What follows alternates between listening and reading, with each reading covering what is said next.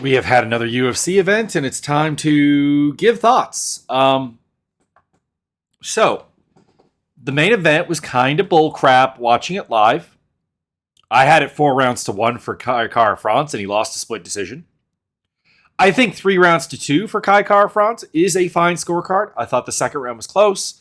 I thought Albazi won the third, and if you scored the first for Albazi, I guess I'm somewhat on board. Not really, but somewhat. And I am going to use the robbery word here because it's a robbery not because Albazi won necessarily. It's that one card, that of Judge Chris Lee, is nonsensical. He gave rounds 2, 3, and 4 to Albazi. And Chris Lee has been a bad judge in the past, like a terrible, terrible judge in the past. I'm going to watch the fight again. I'm going to do it live because I don't have a lot to say about some of the other fights on the card. They were, largely quick or like predictable events or defined by like one specific moment as opposed to being a back and forth endeavor. So let's do this. Watching Amir Albazi, Kai Kara France, all 5 rounds. I've got it paused at about right at the start of the first round. Here we go. Oh, and I got to mute that on the video recorder because I'll probably get copyrighted. All right, here we go. So we got circling. Obviously, nothing so much there. Probing jab from Kai Kara France. Nothing's really landed yet. Albazi's got an active lead hand, but he's not really throwing it. It's a lot of feints.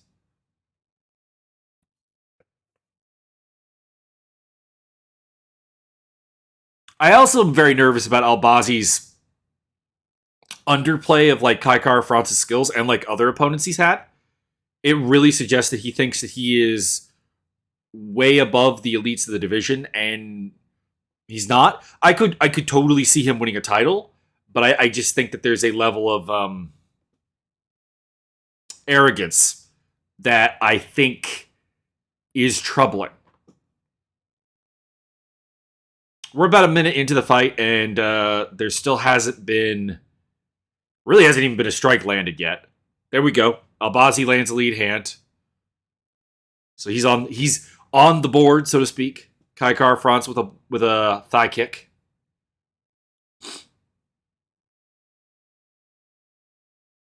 Overhand right kind of lands for Kai Kara France. The angle's a little bit wrong. Albazi goes for a takedown.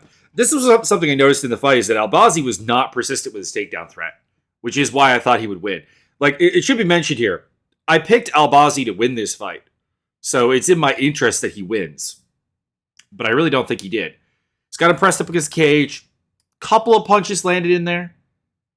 Hasn't gotten a takedown yet. He's a little bit too high on the body. Just kind of controlling right now.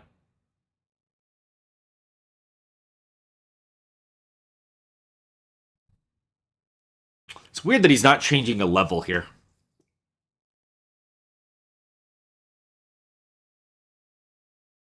Knee landed there by Kai Kara France. But he is losing this position, definitively. Like, he's up against the cage. Albazi is landing to the body and to the head with his left hand a little bit. The right hand is trying to get the takedown. He's not close to the takedown, mind you. Nice break there. 2-punch combo landed by Albazi. Low kick by Kai Kara France. So we're about halfway through the round. I'd say Albazi is winning up until this point. Because Kai Kara France hasn't really gotten any kind of volume going. Or any kind of... hasn't really gotten his game going, I guess. Nothing's really clean yet. He's landed a couple of low kicks and a couple of, like, minor strikes with the hands. There's another good low kick by Kai Kara France as Albazi's trying to pressure him. That's good contact. Albazi trying to pressure him. He's the one moving forward. He's the one trying to initiate. Nice little counter burst by Albazi, or by Kai Kara France there, but it's like 3 strikes. Low kick by Albazi. A lot of low kicks being exchanged. is a predominant like range weapon here. A lot of feints. A lot of feints. A lot of looking for counters on Kai Kara-France's part. Overhand right by Albazi lands. That's maybe the best punch of the fight so far. Another low kick by Kai Kara-France. Lands himself a nice little upper overhand right there. Good jab as well. Low kick by Kai Kara-France. I'm just going to call him Kai KKF. How's that sound? Still not a lot of clean landing by either man. Pumping jab by France is at least getting him into range. He's starting to be a little bit more persistent, a little bit less about the feints, a little bit less about trying to find like a perfect counter. Big overhand swing by Albazi. I don't think that landed. I could be wrong. There wasn't really a sound accompanied to it. And the angle was a bit wrong. Teep kick by Albazi. Both guys landing really hard there. Check left hook by Kai Kara-France and a big right hand by Albazi there. Pretty much even, I would say.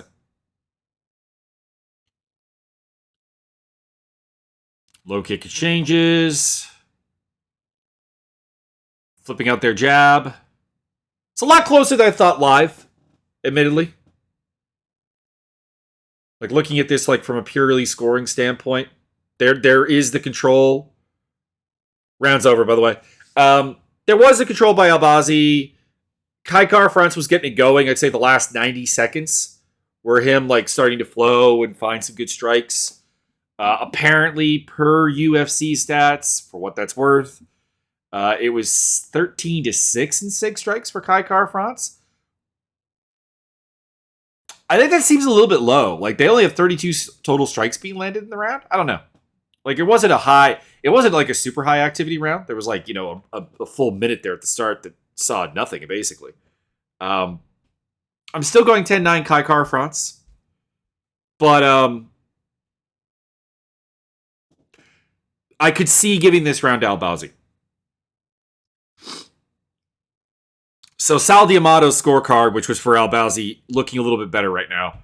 Chris Lee's still looks terrible.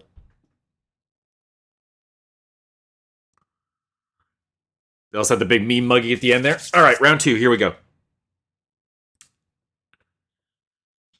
So if I'm Kai Kara-France, I need to pick up the pace. If I'm Albazi, I need to press into the clinch more. That's my like super simplistic tactical advice.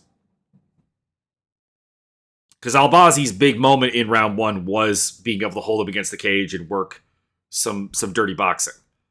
And Kai Kara-France's big moments were when he started to be a little bit more insistent on the feet. Albazi's backing him up into the cage. Lands, I would say, 2 really good clean strikes there. And Kai Kara-France is still very clearly worried about the takedown, which I get. But it is freezing him a little bit into inaction. Sorry if I sniffle. I've got like really bad allergies right now. They weren't so bad when I started the recording, and they're probably not going to get any better. But that's what it is. Good body shot there by Albazi. I love body work. It is a weakness of mine. Overhand connection there from both guys. Low kick by Albazi. Again, I'd like to see more from Kai Kara-France. He's waiting for a little bit of a too perfect moment. Counter blitz there is okay. Backs Albazi off, though they didn't really land anything. Albazi pumping out his lead hand. Lands a good jab there. I'm not really sure if I call that a jab. It's more like just a power straight from the lead hand, but like, jab to a certain degree. Body kick by Kai Kara-France. So I have Albazi winning so far. He's pressuring. He's landed, I think, the higher volume right now. And the quality. Kai Kara-France with a calf kick. They do the check kick, basically, where they both throw a kick and they land with the kicking leg on each other. Painful for the shin, I will say that. but not an exchange I can really declare anyone the winner on. Nice overhand there by Albazi. They're really talking about Kai Kara-France's commentary on commentary. They're talking about his combinations. He's not really throwing a lot of combinations. This could have led me astray live, putting more value in Michael Bisping's commentary than focusing on it as a judge. Bisping in particular is an amusing commentator, but not insightful. Albazi, by the way, has got it pushed up against the cage, and he broke with like a nice 2-punch combo, but that's about it. I like his uppercuts, actually. His power uppercut is nice. Albazi landed a nice like little 3-piece combo there. Another power jab by Albazi. He's got a good jab. He's got a good uppercut. Like his striking's coming along. Like it sounds like I'm kind of negative on Albazi because like I'm describing this fight as a robbery, and I'm talking about him being a little bit over egotistical and so on, which I get.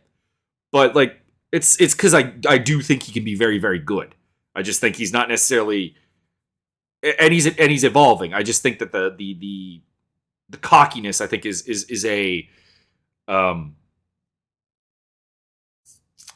negative overall. Big power kick by Albazi. There's been stuff happening, but it's been very tit for tat. You go, I go. Left hand by Albazi. That was nice. Nice, like kind of like looping hook around the guard. Very nice. He's got Kai Kara-France again pushed up against the cage, but Kai Kara-France landed a good left counter there, and then had a nice little counter surge with about a 4-punch combo. Nothing landed super clean outside of the counter, but like a 1 exchange for Kai Kara-France.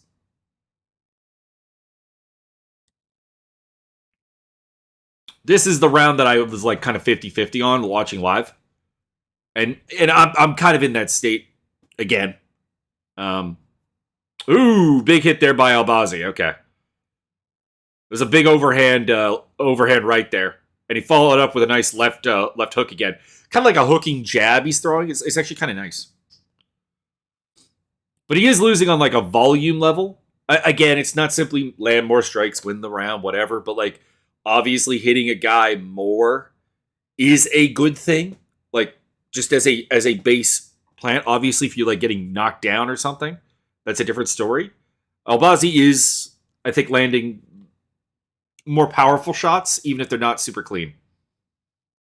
I like that lead hook jab he's throwing. I like it. I like it a lot. Big overhand right by Albazi misses horrendously, and Kai Kara-France lands probably his best punch of the fight. Nice busting power shot to the nose. It's got Albazi opened up. Like, you can tell the nose is swelling and cut. So we're at the end of the second round. I think I'm more confident that I'm giving that round to Albazi than I was watching it live. So I have it 1-1. So at this point on the judges' scorecards, I agree with Mike Bell's card. I agree with Chris Lee's card. And I think Sal D'Amato's is maybe a little bit Albazi biased, but not ridiculous. Not ridiculous. I'm thinking that this third round's going to have very, very little to talk about. It's kind of dominated by that choke attempt that happens. Let's have a look at UFC stats here. Kai Kara-France outlanded him 17-12 in the round, apparently. I'm quite happy chalking up Albazi's 12 strikes being worth more, though.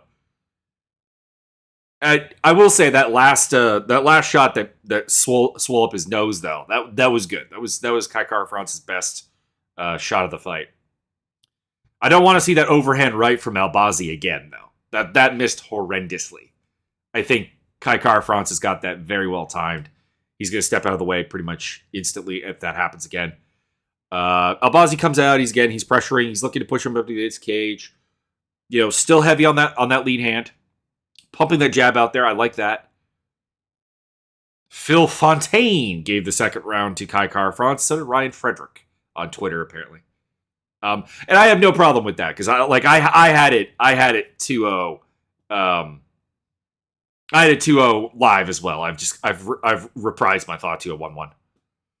There's the body lock from Albazi, and I think this is where the takedown's going to come in. Shifts onto the back, looking for like a big, deadlift suplex or something. There we go. Sweeps the leg out. Kai Kara France does a nice job of scrambling out of that. That's some like very nice grappling. That was high level right there. Which is good for Kai Kara France, because I've said very little nice about Kai Kara France so far in this fight. But that counter grappling is some of the best I've seen from him. That's very nice. Albazi landing. Apparently they didn't count that as a takedown. I would have counted that as a takedown myself, but whatever. There's a takedown. Kai Kara France again trying to hit a wrestler switch. I think I'd give up on it myself. He's just not in a position to make it work. Like, it has defensive value, but I think he'd be better off adopting something else here. There you go. Now Albazi's got him like face down on the mat. Not face down, but like side of his head down on the mat. He's landing some ground and pound.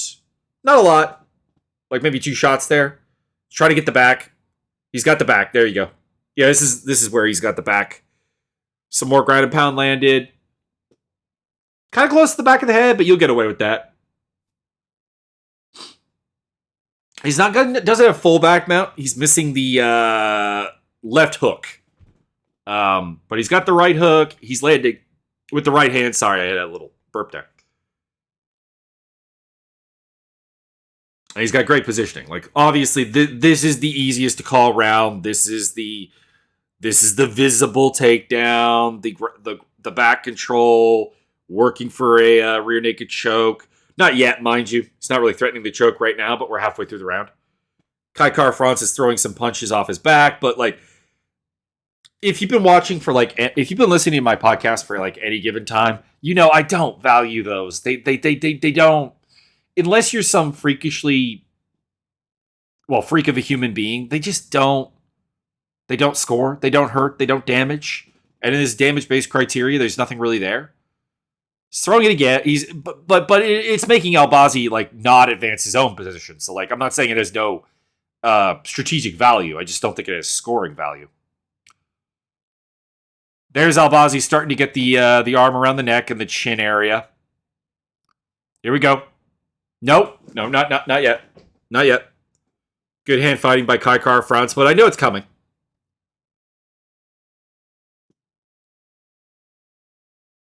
He's moved to a body triangle. Albazi has. So yeah, this is the only moment of the fight that like honestly could have ended the fight.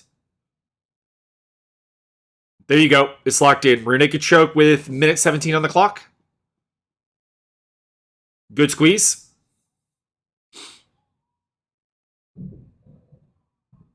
Kai doing a good job of moving his body to keep it a little bit off of like perfect spot. And he does escape.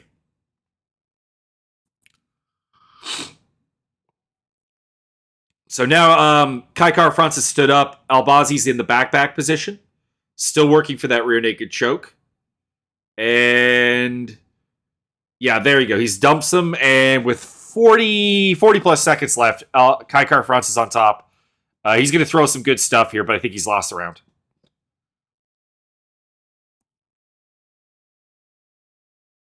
Yeah, Bisping's like talking about how he could even up the round here. I don't honestly think he could. I think that 40 seconds of top control, no matter how dominant, wasn't going to win this round for Kai Kara France.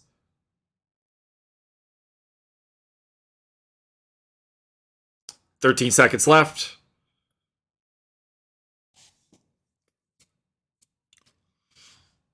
But it was good that he got him off his back. Like, it's a good sign that Kai Kara France's grappling in this fight did look notably improved. All right, we finish up the round. And there's some bad blood going on here. Official UFC stats, for what they're worth, gave Kai Kara France a 2-1 strikes edge. I don't think he did. Like, they only gave Amir Albazi 3 significant strikes in that round. I don't buy it. There was more ground and pound than that. Honestly, like, there wasn't a ton, and I wouldn't be surprised if I went back and did like a literal strike counter if I came to the conclusion that Kai did land more strikes. But I don't think it was 2-1. Like, it's weird that they gave, that was the second most strikes in a round that they gave Kai Kara France winning, and it's a round where he spent 3.5 minutes on bottom with a guy on his back. So, not really. I have a 2-1 for Albazi at this point. So I have Chris Lee's scorecard at this point. And I don't think any of the scorecards are wrong. Mike Bell is fine. I feel like I'm going to end up with Mike Bell's card, period. And Albazi's up 30-27 on Sal D'Amato's card, which is not ridiculous. It's giving him the first round, which I still don't fundamentally agree with, but it's okay. Round 4. Now, this is the round where it's going to get bullshit. I probably am not going to bother with the 5th round. It was scored unanimously. I don't think anyone gave it to Albazi. So it's really just this round here, where like Chris Lee is retarded. Kai Kara-France worked a nice little 2-piece combo there. Also hit a good jab. Good low kick that buckled Albazi's leg a little bit. Landed another good shot there. Albazi did respond with one of his own. But like, if you're asking me for a strike count right now, I have it about 6-1 for Kai Kara-France.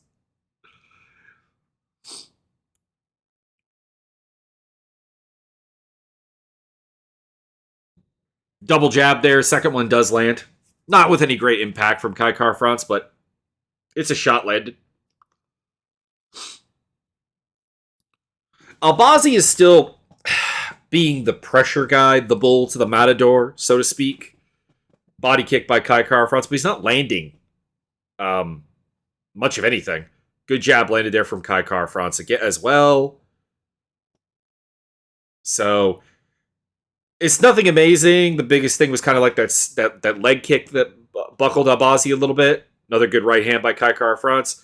But like he's piling up volume, and Albazi still has dick. They got a strike counter up here. 62-4-13 for Kai Kara-France. 26-6-5 for Albazi. Again, the volume is tremendously in Kai Kara-France's favor, and no more round more so than this one. We're getting to about the 3 minutes left in the round. 309, 308, 307. Albazi's still pushing him back towards the cage, but again, not much landing. He threw a front kick there that did not land. Nice lead hand by Kai Kara-France on the counter. Albazi kind of ducked into that one. I'm seeing nothing that makes me think that Albazi is at all winning this round. And he's landed maybe 2 strikes. We'll look at the actual UFC stats for the round afterwards, but like I've got 2 strikes so far. Takedown attempt by Albazi. I wouldn't count that as a takedown. He got Kai Kara-France down to his butt. And then Kai Kara-France got up. Partial takedown again. Kai Kara-France is back up. It's a good position. But I would say Albazi landed like 1 strike there. Nice elbow by Kai Kara-France on the break too. Kai Kara-France with an armpit punch.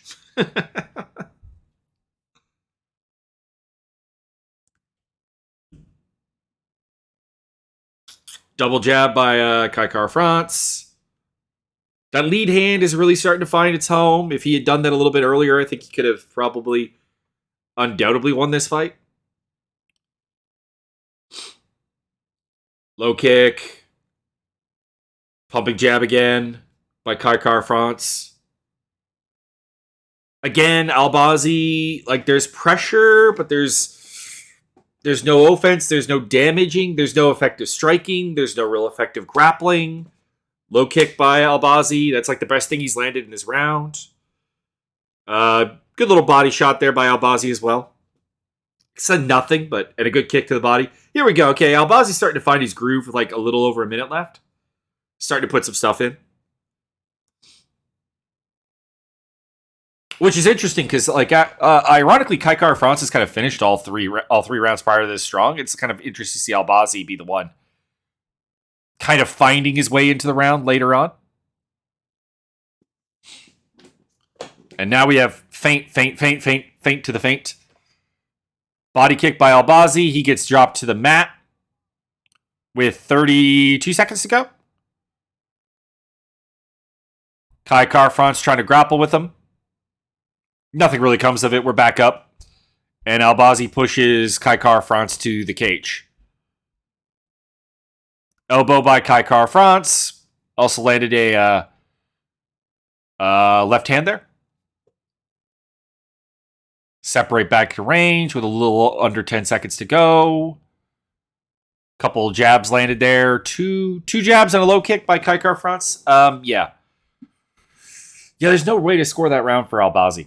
There's no way. He had some nominal grappling control per the score, but per the UFC stats, 23 seconds of it. He landed 7 strikes in the round. That feels about right. And Kai Car France landed 29.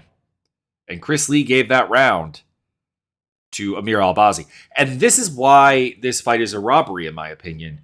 It's not so much that if you sitting there listening right now gave 1, 2, 3 to Albazi and you gave him the fight, I don't have a problem. I disagree, but I don't have a problem. That's I think a reasonable interpretation of the facts. On this rewatch, I gave 2 and 3 to Albazi. Whereas live, I gave him 3, and I thought 2 was a toss-up round. I do think that Albazi more definitively won the second round now. But I still have Kai Car France winning the first. He definitely won the fourth. I'm not going to bother rewatching the fifth because everyone scored it for him. And according to UFC stats, 37-18, 34 of those were significant strikes for Kai Car France. I assume I'm not going to see anything. Albazi had 53 seconds of control time on over 3 takedowns. Chris Lee. It's not new, but Chris Lee needs to stop being a judge. I think my real problem with Chris Lee is, how do I put this? He's not the worst judge of the sport that goes to Douglas Crosby, because Douglas Crosby is admitted to blatant favoritism, promoters influencing scores, etc. And there's no way around that. That's corruption. That's corruption full force. And that needs to go. But Chris Lee seems to be a guy who thinks he knows what he's doing. And I guess you could say the same for me. But Chris Lee is so often the dissenting judge in a split decision. So often a guy that the fandom doesn't agree with. His defenses, when he has tried to make them, are terrible. He was one of the guys who I forget if he wrote an article or whatever, or if he was interviewed. I forget if it was an interview or he wrote an article where he was explaining his judging, and it didn't make any sense. And I'd love for him to be called account for this fight, because in my opinion, again, if you scored this for Albazi, we disagree, but I don't think you're an idiot. It is, if you have Chris Lee's 2-3-4 scorecard, get out of here. There is nothing in that fourth round that could have given the Albazi the win. I liked a lot what I saw from him. I liked his use of the lead hand. He did some good job with a jab hook, kind of a looping jab or a lead hook, whatever you want to call it. It was kind of half and half. It was working nicely. And I don't know. He just does still seem very, very cocky. He probably still will get a title shot after this because he's got the gift of gab. He's got the Fight Island style connections. We know the UFC loves those. They love those dollars. And there's not really anyone else. You could say Brandon Royval. I'd be perfectly fine with Brandon Royval getting a title shot. But Royval to me is a guy who's not really necessarily getting any better. And I just don't feel... I can't picture how Royval beats Moreno or Pantoja. I also feel like he's lost to both of them. I know he's lost to Brandon Moreno, which works against him. Brandon Royval. Did he lose to Pantoja? Yeah, he's lost to Pantoja and he's lost to Moreno, both by finish. So there's not really anything there. So Albazi will probably still get the title shot, but I don't know. I thought he lost his fight. I've got Kai Car France against Monel Kopp. That's a fun fight. It's a really fun fight. And it would be stupid, in my opinion, not to make that fight. Alex Caceres, Daniel Pineda was the co-main event. Fight was fun. Pineda got to show his stuff. I had it round... Wait. Why am I blanking on it? Was this a finish? I feel bad. I remember the third round being a huge, huge problem. No, okay, Caceres did actually have to win the decision. Um, right. I'm sorry, but the allergies have like affected my memory, I think. I just remember in the third round, like Caceres landing like hard liver kicks and like should have had Pineda finished. And I was like, did he finish him? Was I just mad that it took so long? No, I'm mad he didn't finish him. Caceres showed off like exactly the problems he has, essentially, where dude is just such a blank slate that you can have the fight you want with him. There was a lot of times where he was letting Pineda have his thought, and like I said in the third round, he had Pineda hurt very badly on the low kick, on the not the low kick, the liver kick to the body. I thought he should have been able to finish him right there. He didn't do it. The technique is all there. It's always been all there. The athleticism's there. Everything is there. He's just tactically kind of dumb. He wanted to fight up after this, obviously, and I feel like Giga Chikadze and him would have like a really fun fight. Like if the UFC is still interested in the Giga show, and they should be, he's a good action fighter. That's a fight that like again, Caceres probably could really easily win if he just pursues like a body lock takedown game, because he's actually very good at it. But he probably won't. And you could have that fun. You could have like kind of a replica of his fight with Yair Rodriguez back in the day. Pineda I've got against Pat Sabatini and Lucas Almeida winner, because both of those guys are climbing through the ranks. Pineda is what he is. He's not going to get any better. He's 37 years old, I think. And, he's got gassing issues. He's got his own set of tactical issues. And, he's a great guy to kind of like have Sabatini go out there, because Sabatini's way of winning is to go through the grappling, and Almeida's way of going through the win is just to kind of counter-strike. And like in both of those cases, those are like really things that Pineda can ask questions of and we can get answers to. I don't have anything really to say about Jesse Butler versus Jim Miller. Miller killed him. It was a 2-day notice fight with a guy who's a featherweight. Butler deserves a solid from the UFC for taking the short notice fight. He should fight a Dana White Contender Series grad who's like, kind of on the lowdown or whatever, just to get a look at it. I'm not super familiar with him as a fighter. Miller, you could do the rebooking with Jared Gordon. Like, it's a fun fight. I'm not super interested in seeing Miller fight like super young guys. I think he's 39 years old. I could be wrong. Jim Miller.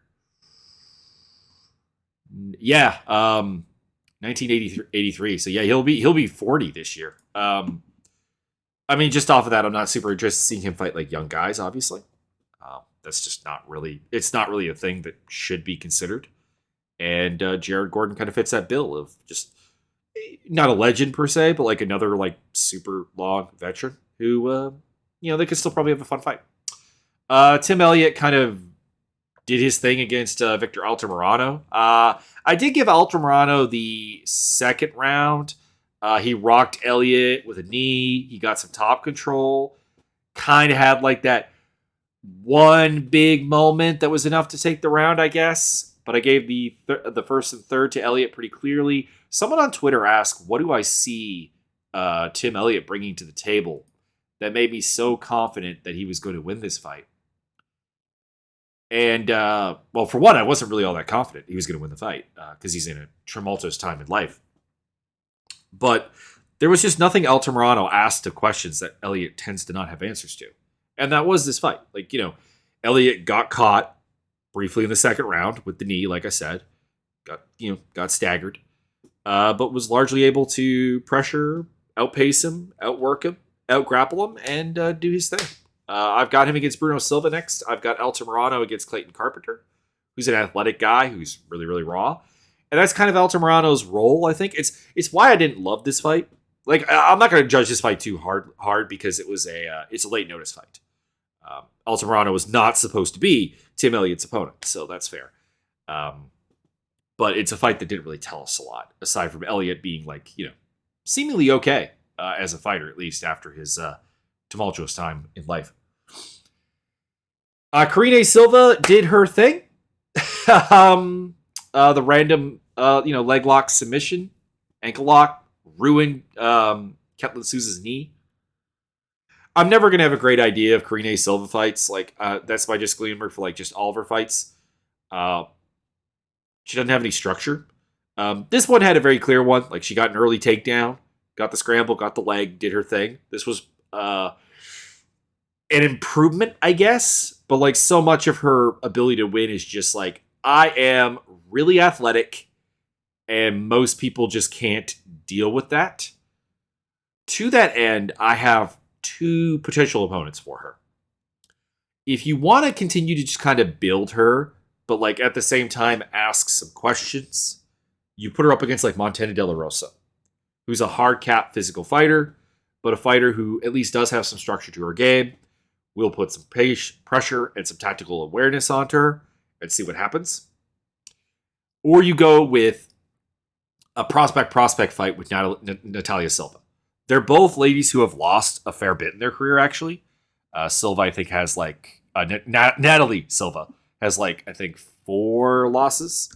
And then Karine Silva, I want to say, has a similar number. Yeah, 4 losses as well. So, like, yeah. They both lost before. They can take a loss. They can survive it. We know that their confidence and their belief in themselves is not ruined by that. They can go out there and do that, and it's a fairly fun fight. They're both like big X Factor athletes in the division. They're both people who can go places. It's with Karine. It's Natalia, I think, is putting something together really special. I don't know if Karine is, but I don't know. This was an improvement. And Souza, I have no opponent because I suspect she'll be out for a couple of months anyways with that leg. Eliza Zaleski versus Abubakar Nurmagomedov. I scored rounds 1 and 3 for Zaleski, and I don't think there's really much to talk about here. In a nutshell, the one round that Nurmagomedov got a takedown, I thought he won. He got a takedown. He had 2+ minutes of top control, landed some ground and pound, did some things. Wasn't particularly impressive or anything, but it was just, half the round was on the ground. He was on top, doing his thing. And the other 2 rounds saw Zaleski keep him on the feet. It should be mentioned, apparently, according to UFC stats, Nurmagomedov landed more strikes in round 1 than Zaleski. I have no real desire to go back and rewatch it, so I'll take the word for it, but I thought Zaleski's were the better strikes. But that was a close round. I guess that would be the one that could make it a split decision, in theory. But it was a good performance from Zaleski, because like my big concern about picking him, and I didn't, was that he's historically not dealt with wrestlers very well, and his wrestling defense and distance management wasn't too bad. It was good. It's like he's learning new tricks, even though he's a little bit old for a UFC fighter, and doing his thing. I got Jake Matthews is like another guy who shows flashes of improvement and game that would be a good fight. It's a good action fight. It's a fun fight. Let it happen. I don't really have anything for Nurmagomedov. Like the problem with Nurmagomedov is that even his own camp doesn't really talk him up. Like we're talking about a guy who is, I believe, a cousin of Khabib. Am I wrong on that? I think he's a cousin. And I can never remember. Let's see if Wikipedia has the answer. Abubakar Nurmagomedov. Please provide an answer.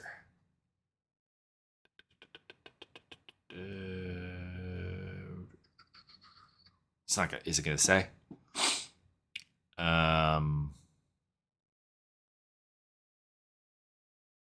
It's not saying. It's not saying.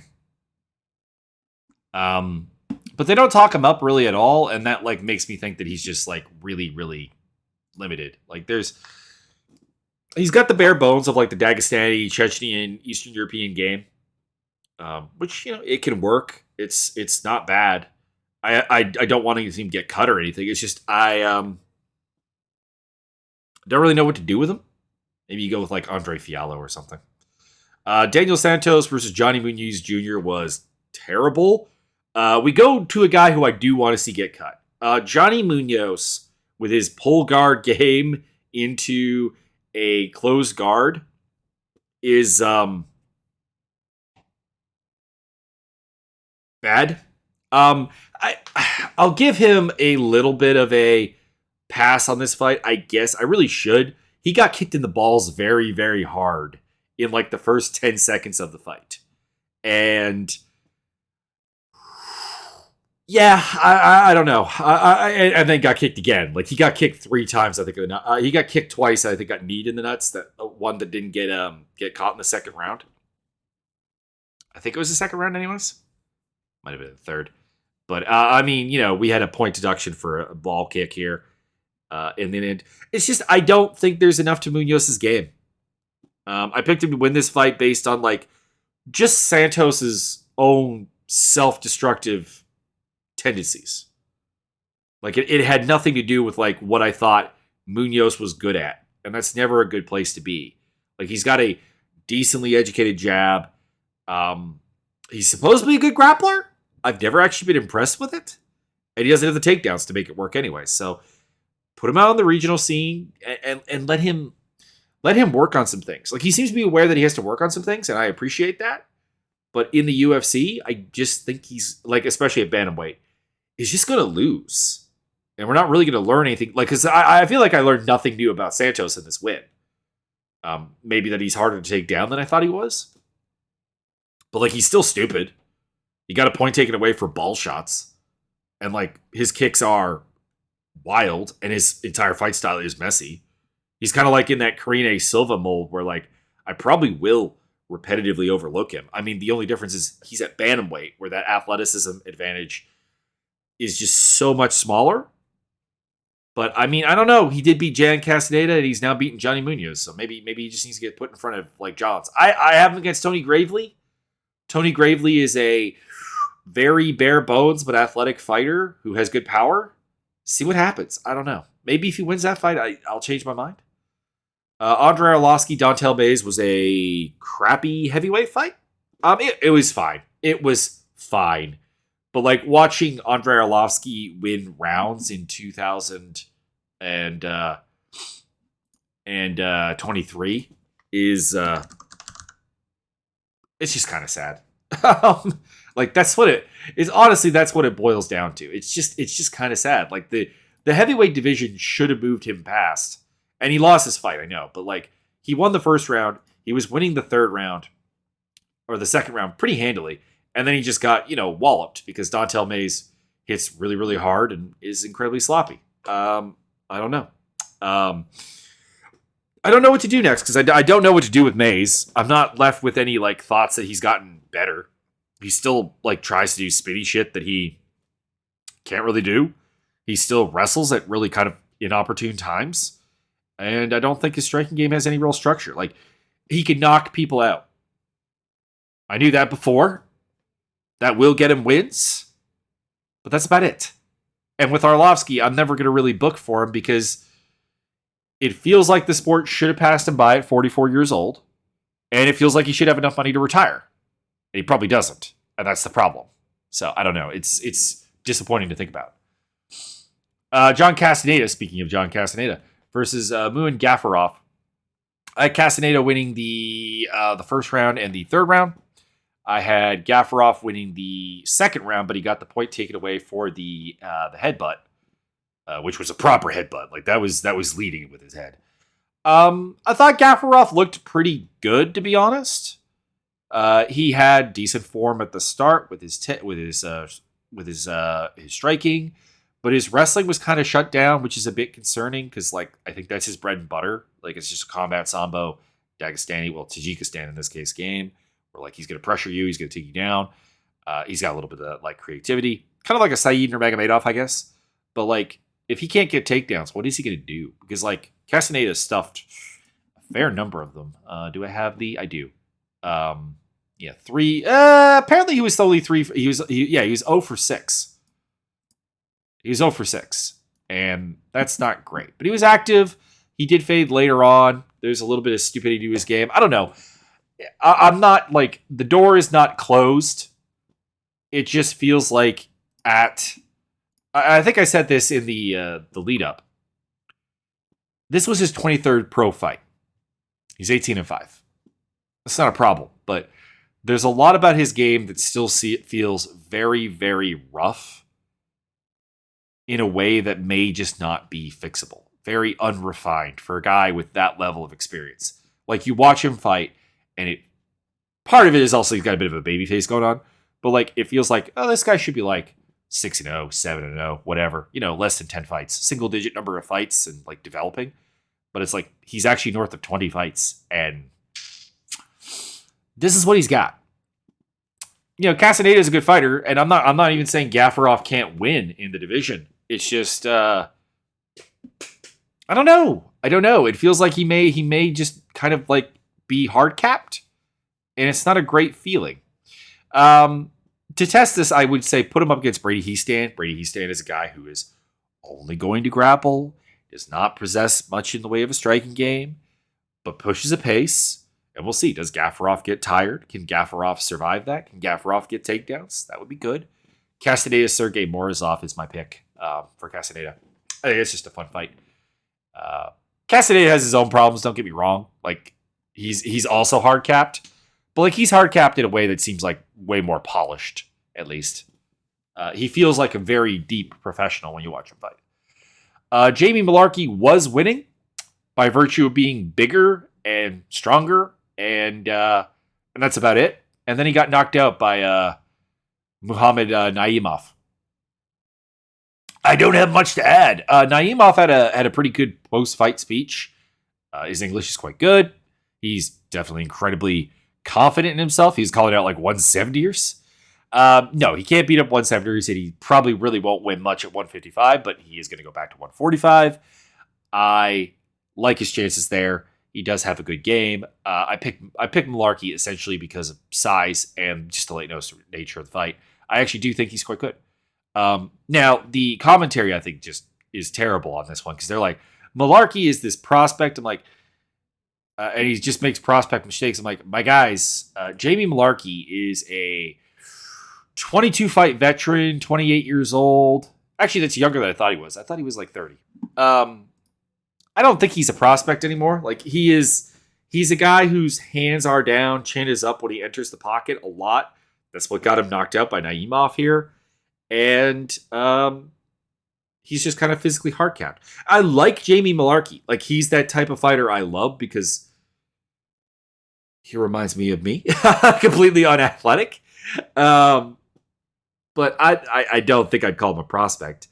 For next opponents, I've got Malarkey against Ignacio Bahamondes. I think that's a good test for Bahamondes because Bahamondes is a guy who relies a lot on height and size.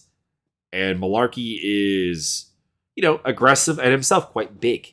So it should mix that up a little bit. And for Naimov, I've got Steve Garcia as a chance for him to possibly showcase himself, but also like a little bit of calling out that bluff about like I can take on 170ers and 155ers because Garcia is a monster at 145.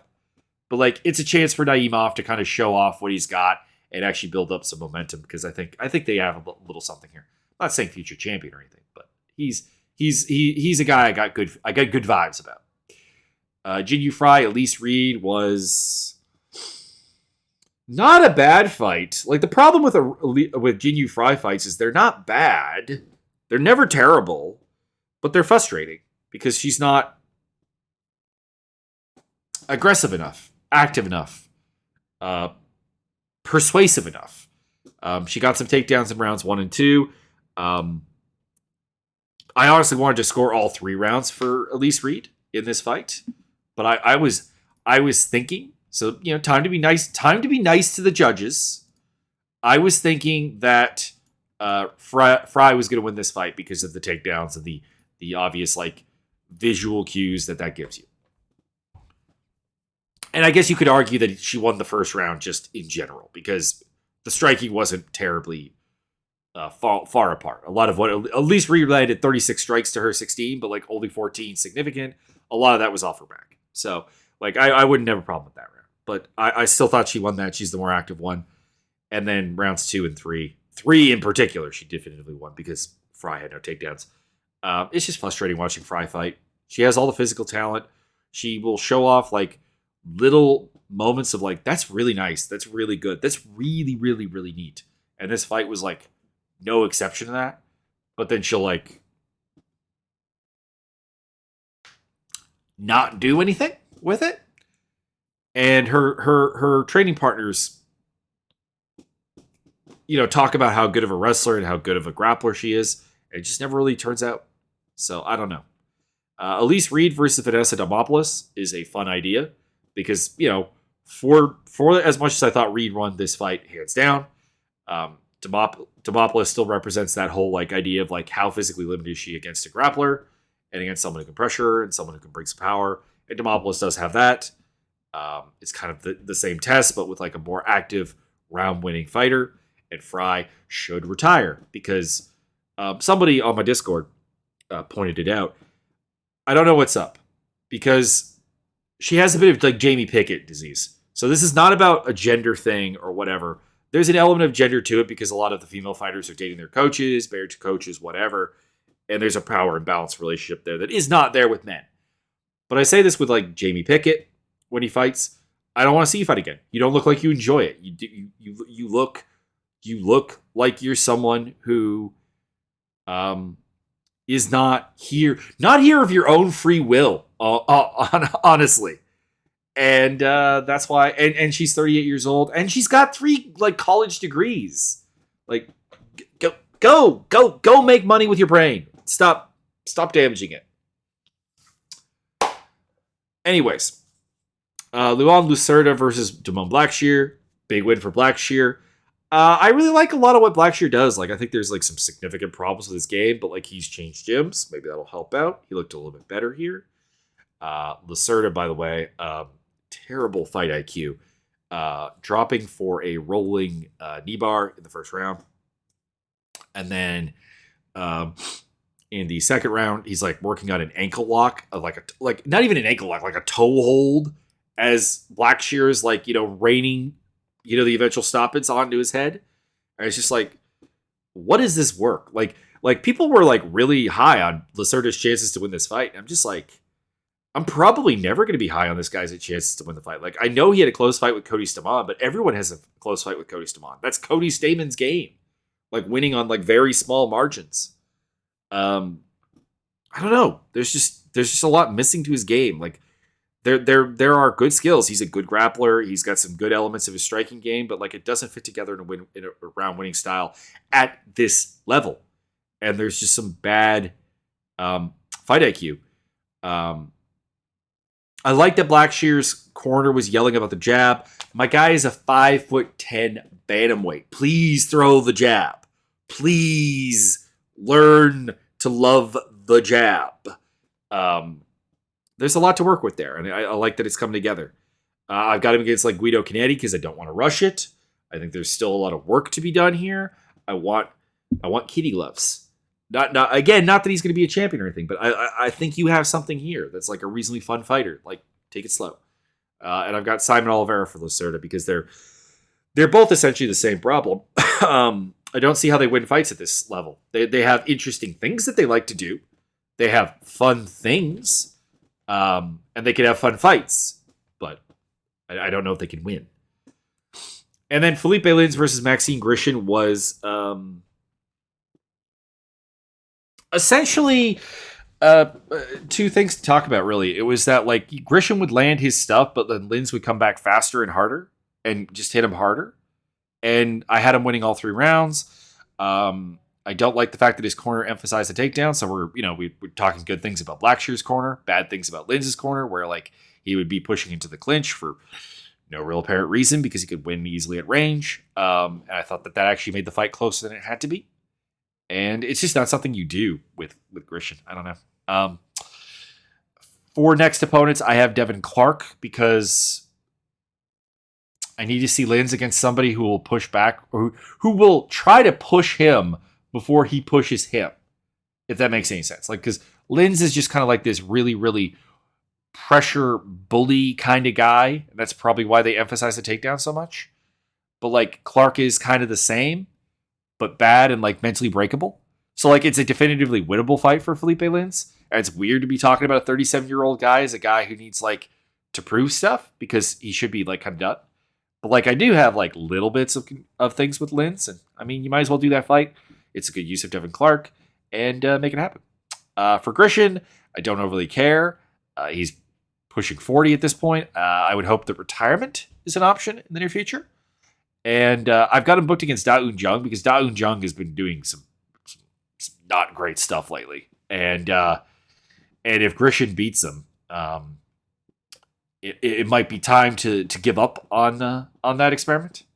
And I hope that's not the case, but that's a fight to make to kind of find out. There you go. I hope you enjoyed this this episode. I feel another coughing spasm and sneezing spasm coming on. So I will see you guys later on to get picks for the next UFC card, which is going to be it's UFC 289. Okay. Mixed bag of a pay-per-view. I'll just say that. And I will say the prelims are kind of good. But there's a weird thing when the UFC I'll just say this now. There's a weird thing when the UFC comes to Canada. They seem to think that just booking Canadians on the card is going to be a great idea. But you're doing a fight card in Vancouver, British Columbia, and you've got Marc-Andre Barrio and Mike Malott for no reason other than they're Canadians on the main card. It's one's from Ontario, one's from Quebec. It's like putting, to give it an American example, it's like putting someone from Detroit on a card with on a card in Seattle and thinking it'll draw local viewership, or putting a guy from New Hampshire on that same card. It's just not close together. It happens all the time. I remember when I forgot what UFC it was. It was when BJ Penn fought GSP.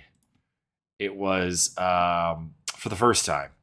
It was UFC 58, USA versus Canada.